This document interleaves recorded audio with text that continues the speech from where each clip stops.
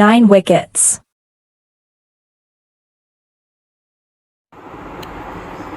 এখন আমরা দেখব কিভাবে এক টিম থেকে অন্য টিমে ব্যাটিং ঘোরানো হয়।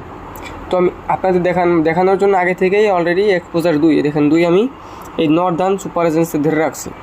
এই টিমে আমি 2 ধরে রাখছিলাম। তো এখানে 2 স্টেক করলে আমি প্রফিট পাবো কত, এখানে লেখা আছে 2 স্টেক করে রাখছি, এখন 348 টাকা। তো আমি 300 টাকা ঘুরাবো, মানে আমি ওই টিমে মারবো। কীভাবে?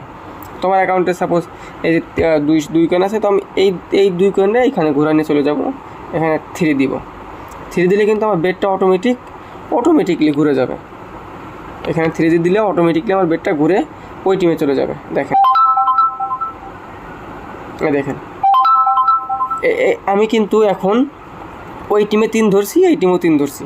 এইটা জিতলে আমি 48 টাকা লাভ করতেছি, আবার এইটা জিতলে আমি 71 টাকা হারতেছি।